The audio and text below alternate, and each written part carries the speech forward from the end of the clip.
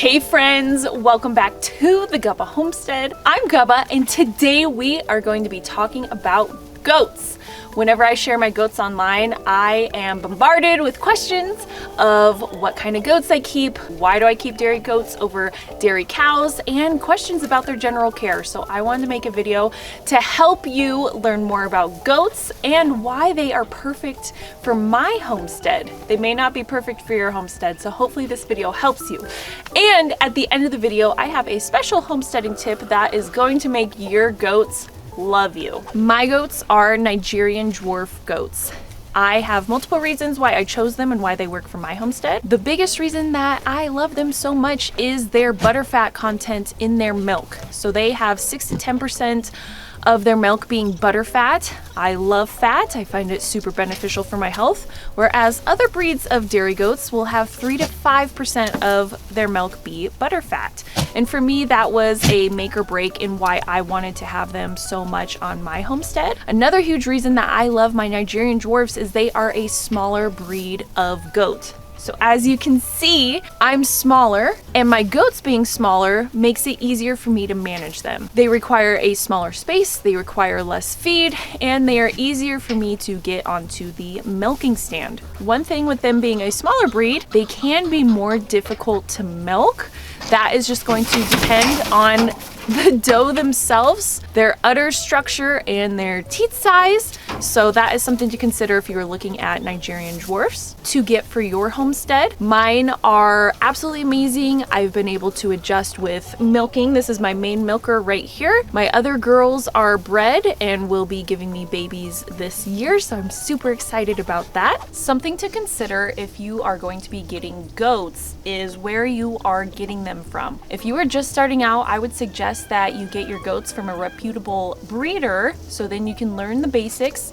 They're coming from a clean herd, a clean and tested herd, and they have good genetics. Once you get your ropes down, then you can decide if you want to buy from other people who maybe don't have the same credentials and qualifications as a reputable breeder. The reason why I say that is now that I have had goats for a bit, I'm able to go online and look at the different goats for sale and just see their general health based on their coat, how they're looking. And starting out, you may not be able to have the eye for that. Also, for Nigerian dwarfs, because they are smaller, they will give you less milk than, say, a Nubian, who is a great milking breed of goat. But because my girls come from great lines of Nigerian dwarfs, they give me 1 to 2 quarts a day of milk, which is actually a lot. So the genetics for your Nigerian dwarfs or whatever goat you're getting are going to play a huge role in your dairy goat breed and for your homestead. So thinking of the breed that you want, you just want to assess your needs, how many people you have in your family, how much milk you are consuming, and then consider the breed that you want. Another thing that I was told with Nigerian dwarfs when I was picking them out is that they aren't super friendly. They're kind of standoffish. As you can see, that is going to just depend on the individual goat. One of my goats is more skittish, but she has been coming around, and that is going to depend on the time that you put in with them and get to know them. What I mean by being able to assess the health by the look of the goat, I want to use this girl as an example. So her coat looks white, but she is originally more of a tan goat, has some orange hues, but she started to fade out. So her coat changing tells me specifically that is most likely a copper deficiency. So these are things when you're starting out you may not be able to know just by looking at pictures on Craigslist. That's why it's important to go through a reputable breeder. The way that I am assessing this is I knew what her coat color was, I saw it starting to change, and then I made adjustments into her minerals. So you need to have minerals for your goats. They can come in blocks or free loose minerals. I would suggest to have free loose minerals. If you have a big block, they might, and if they are selenium or copper deficient, which are common deficiencies in goats, they could just sit and lick and may not get what they need. Whereas loose mineral, they are able to just lick and get what they need, but there are other options that you can do, again, depending on your area and your goat's needs. And you will start to notice a selenium deficiency by lameness or them not being able to walk. And these are things that you need to address and take care of. Goats are also prone to getting parasites. So if they are already mineral deficient, they are going to have a hard time fighting off those parasites. You need to manage that for them. So how I manage parasites for my goats is I have an herbal blend that I give to them once a week with molasses. And I keep an eye on the conditions. Right now it is more wet and muddy. And because it is more wet, I will give them more of a parasite dose each week. Instead of treating them once, I will treat them twice. I'm just constantly assessing the conditions. Along with that, I check their FAMANCHA, which is their under eyelid. You want to see preferably a bright red under eyelid. If it is white, that is the danger zone. It means that they have serious health issues. They have a high parasite load, and that is an emergency. You got to take care of it, or you will have a goat that is going to pass away most likely.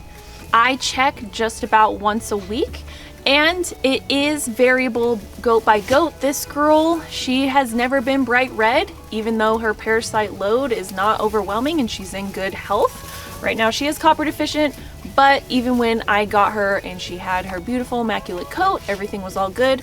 She did have more of a pale under eyelid, so it will vary from goat to goat, but that is something to keep in mind. And dairy goats versus dairy cows, that is one thing that you have to manage that you wouldn't have to manage with a dairy cow, is their parasites.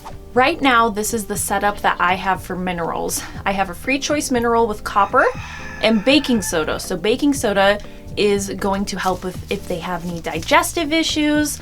And also this free choice mineral is what I'm talking about. It is a loose mineral, so they don't have to sit and lick a block to get what they need. It is important to keep in mind that if you have sheep in your herd, you would not want a loose mineral with copper, as sheep are susceptible to copper toxicity. One thing that I'm going to be doing to improving my goat and herd health huge is I'm going to do a mineral buffet. So instead of an all-in-one loose mineral, I'm going to have copper, selenium, all these individual minerals for them to buffet on whenever they are deficient. Say they're deficient in copper and they are just eating a bunch of this loose mineral, they may get more mineral that they're not deficient in and get an overload of that.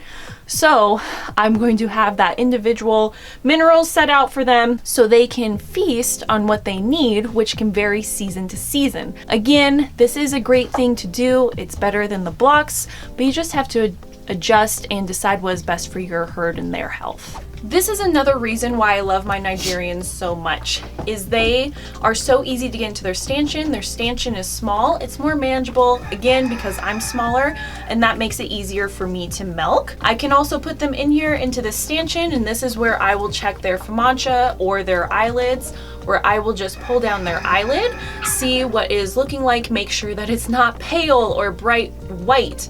If it was, then I would have to address their health situation and get that sorted as soon as possible. Something that you have to consider with goats too is hoof management. So their hoofs will grow, and again, this is going to depend from goat to goat. You want to stay on top of the maintenance, so that is trimming, so then mud and other gook from around the area that they're in doesn't accumulate or they get hoof rot. So that is why I have this nice stanchion that I use for milking, but I also use it to trim their hoofs. So you want to stay on top of that, know what a properly trimmed hoof looks like, and you will need some shears like this, little hoof trimmers, and I would say a way to restrain them. So if they start wiggling, you can manage, and a great way to help them get used to this is when they are little, handle their hoofs, touch their hoofs a lot, so then when you get them in the stanchion to trim, they don't have a freak out. Other things that you can do for parasite management, more natural parasite management, is putting splashes of apple cider vinegar into their water. You can also feed them garlic if they will take it. Goats can be picky eaters, but that is your decision on how you want to treat and manage parasites. For me, because I am drinking their milk, I feel most comfortable using herbal dewormers and more of a natural route and method. And just like chickens, what's so cool about goats is there are so many different breeds for different purposes. For chickens, you have the meat breeds, the dual purpose, and then the egg production. For goats, you got meat, dual purpose, packing, dairy. So Nigerians, some people actually consider them dual purpose because you can use them for milk or meat. I would just use them for milk, but that is up to your personal preference. You have Nubians who are great milk producers, alpines which are great for packing. So if you're going up the mountains, having packing goats, which are so cool because they just eat and forage as you go on your hike. So goats have a lot of different purposes: meat, milk, packing. You can get dual purpose crosses, so you can do Nubian and Nigerian crosses, which are going to be absolutely amazing for milk. You could use them for meat, just depending. So you just need to assess your homestead, your family's needs, and what is going to be best. I am not raising goats for meat, but I do have the option to do that. When I was first looking into goats, I was thinking about getting a breed called Kinder goats, which are dual purpose meat and dairy. But I, as you can see, settled on Nigerians because I absolutely love how much butter fat is in their milk. With goats, you do need a shelter. 3-side is preferable to keep them out of the elements. They do grow a thick coat in the winter, so that is something to consider. They do not like to be wet, so make sure that they are not out in the rain for long periods of time because that can make them sick and susceptible to other illnesses. So behind me, I have my girls' shelter, which is an attachment on the chicken coop, and that is where they go if they're cold or if they need to just go relax. And then I have them separated from the bucks. If you want to keep a buck in your herd, there are some special considerations that you need to take into account. I was told do not keep a buck, they smell. It's really not that noticeable for me. Maybe some other breeds of bucks, but my Nigerian dwarf bucks, I have not had a huge issue with smell, even when they are in rut and wanting to get with the girls. With feeding, you will have to supplement their feed in the winter when they can't be out free ranging, or if they don't have the ability to free range, you will preferably want a 50-50 mix of alfalfa and grass for the girls, and then an orchard or straight grass for the boys. Not Timothy grass for the boys, so that is something to consider. That is what is ideal. Some people think that goats will do okay just on the leftovers, they don't need a special mix, but I would be considerate on the types of hay that you get for your goats because that is going to affect their health and also their milk. I am in it for the milk, so I make sure that they have a good quality, organic, non-sprayed hay. I am here with my buck and my wether. My buck is the tan one, my wether is the white one. A wether is a castrated male. The reason that you would want to keep a buck at your place would be so you have a closed herd. And what that means is that your girls aren't going out with other herds, or you don't have a buck coming to your place and disease can spread that way. That's one of the main reasons that I keep a buck. And like I said, I was told that bucks stink. I have not experienced that issue, but again, that's probably gonna just be from buck to buck. I keep him separate from my does until I want to breed. And the reason I have a wether with him is so that he is not alone. Goats are social animals. They don't want to be alone. A lonely goat, a solo goat, is a loud goat. So that is why I have a friend here for him.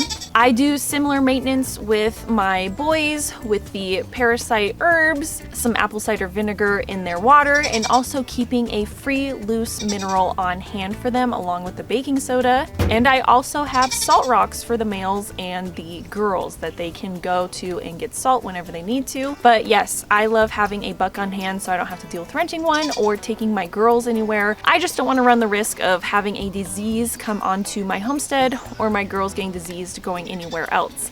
Again, if you are going to rent or take your girls anywhere, ensure that the herd that they are going to has been tested and that they are clean.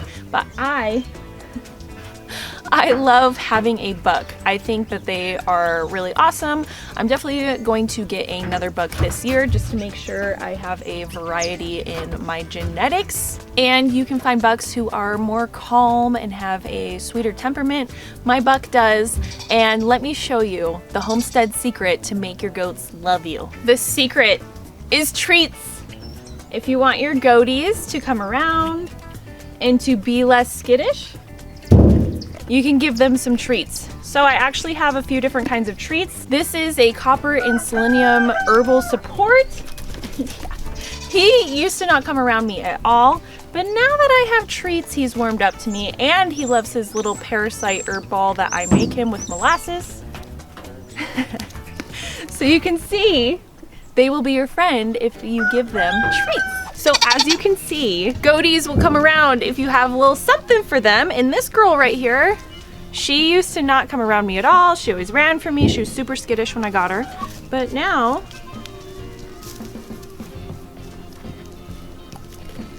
you give them treats and they are happy to be your friend. I hope that this video was helpful. I know it was a general overview, but I hope it helps you decide if goats are right for you or if Nigerian dwarf goats are right for your homestead. And I hope to see you next time, so don't do anything a Gubba wouldn't do, and I will see you guys next time on the homestead. Bye!